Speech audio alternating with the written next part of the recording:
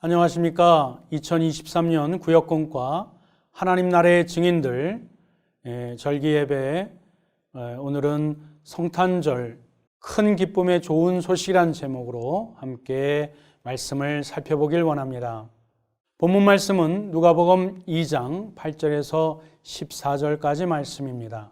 첫 번째 주제는 우리를 위한 구원자 예수 그리스도입니다.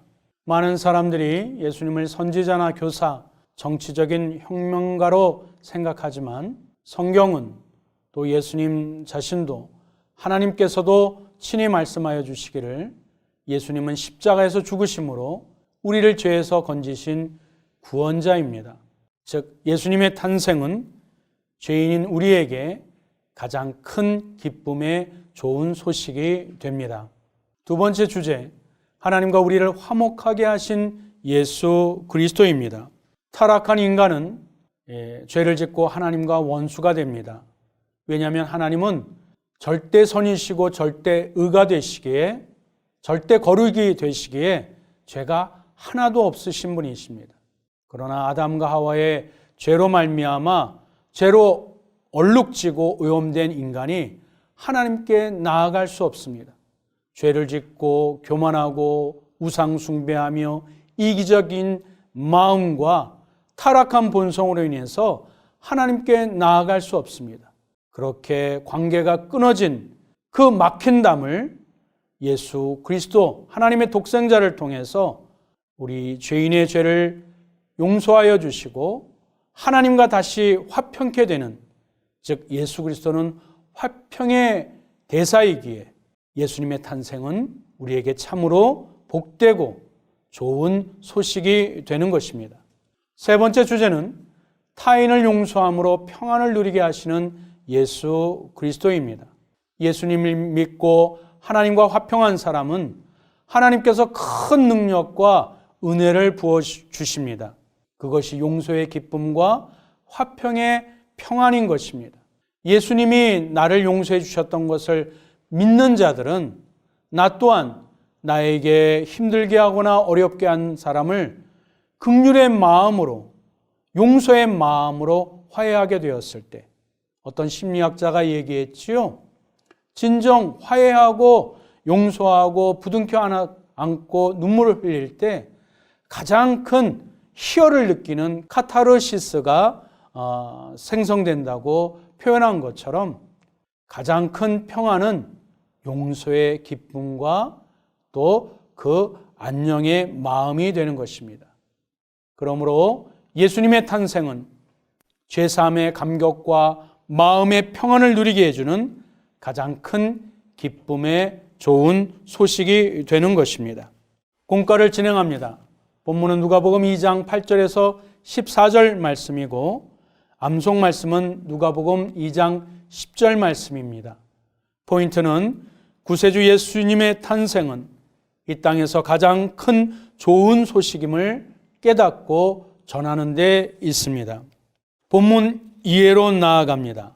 고3 수험생에게는 합격 통지서가 가장 큰 기쁨의 좋은 소식이 될 것입니다. 불치병 환자에게는 완치가 된다는 그 약이 개발됐다는 것이 가장 큰 기쁨의 좋은 소식이 될 것입니다. 성경은 구약을 통해서 이 땅에서 가장 큰 기쁨의 좋은 소식을 예언해 주었는데 그것은 바로 예수 그리스도의 탄생인 것입니다. 이 가장 큰 기쁨의 소식을 믿음으로 깨어있는 자에게만 들리는 구원의 소리이기에 그것을 깨닫고 누리고 또 동방박사처럼 이 땅에 구원자로 오신 예수님의 탄생의 복된 소식을 널리 사랑하는 지인들과 주변에 있는 사람들에게 전해야 될 줄 압니다. 이제 본문 속으로 들어갑니다. 첫 번째 질문입니다. 그 밤에 주의 영광이 비칠 때 목자들은 어떤 반응을 보였습니까? 크게 무서워했습니다. 주님의 영광이 비쳤는데 왜 사람들은 크게 무서워했을까요? 타락의 결과이기 때문에 그렇습니다. 빛이 비춰지면 어둠은 물러가는 속성과 마찬가지입니다. 하나님과 원수된 증상이 두려워하고 불안해하고 염려해하고 회피하는 증상을 보이게 됩니다. 그러나 이런 관계 회복을 위해서 하나님의 독생자 예수 그리스도를 이 땅에 인간의 몸으로 태어나게 하십니다. 그리고 주의 영광은 하나님과 인간이 예수 그리스도를 통해서 화목해 되는 구원을 얻게 될 때 이것이 진정 하나님의 영광이 되는 것입니다. 두 번째 질문입니다. 강보에 누인 아기가 구세주의 표적이라고 말씀하신 이유는 무엇입니까? 성경의 예언대로 베들레헴에서 그리스도가 탄생한 것을 말합니다. 성경은 구약을 통해 이 땅에서 가장 큰 기쁨의 좋은 소식을 예언해 주었습니다. 이 가장 큰 기쁨의 소식은 믿음으로 깨어난 자에게 들려질 수 있으며 또 그것을 마음에 두고 하나님의 말씀이 우리의 삶 가운데 실천되어지고 이루어졌음을 영적으로 깨어서 항상 진리와 은혜의 말씀을 깨달아야 될 줄 압니다. 세 번째 질문입니다. 지극히 높은 곳에서는 영광이요 땅에서는 평화라도라는 말씀은 우리에게 어떤 의미로 해석될 수 있겠습니까? 평화의 왕이신 예수님의 탄생이 하늘에는 영광이 되고 성도에게는 하나님과 화평케 하는 평화가 됩니다. 하나님과 인간 사이에 막힌 담을 어시는 예수의 탄생을 하늘의 천군 천사가 소리 높여 찬양합니다. 얼마나 신비스럽고 또 영화스러운 광경입니까?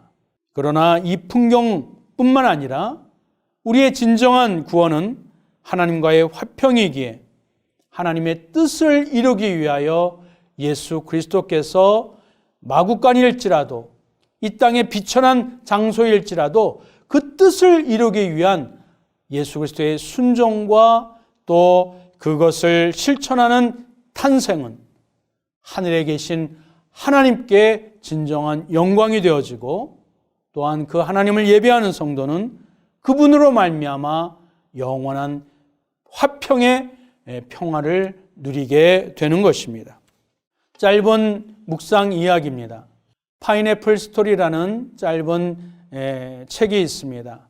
인도네시아령 뉴기니에서 선교 사역 중 실제 일어난 선교사님의 기록을 책으로 엮은 책입니다. 그 책을 내용을 읽어보면 원주민들이 선교사가 심은 파인애플을 마음대로 허락받지 아니하고 마음대로 그것을 취합니다. 끝까지 그것과 갈등을 빚어지고 또 마음을 상했었던 선교사님이 마침내 결국 그 밭을 하나님께 온전히 드리고 원주민에게 마음껏 먹도록 허락했을 때 그 마을 사람들이 원주민들이 그제야 마음 문을 열고 하나님의 것을 인정하고 하나님께 나아가는 복음을 온전히 받아들이는 구원의 역사가 이루어졌다고 합니다. 예수님께서 자신의 생명조차 하나님께 온전히 맡겼을 때 인간과 하나님 사이에 화평의 문이 열리게 된 것처럼 말입니다. 내 삶의 모든 영역에서 하나님을 인정하고 순종할 때 주의 영혼을 하나님께로 인도하는 주님의 도구, 거룩한 성탄절이 되시길 간절히 소망합니다. 이제 마무리하겠습니다.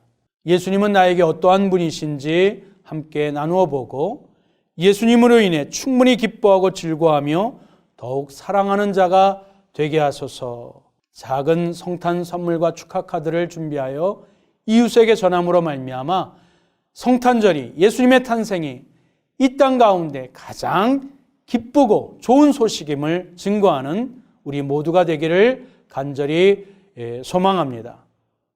끝까지 함께 해주셔서 감사합니다.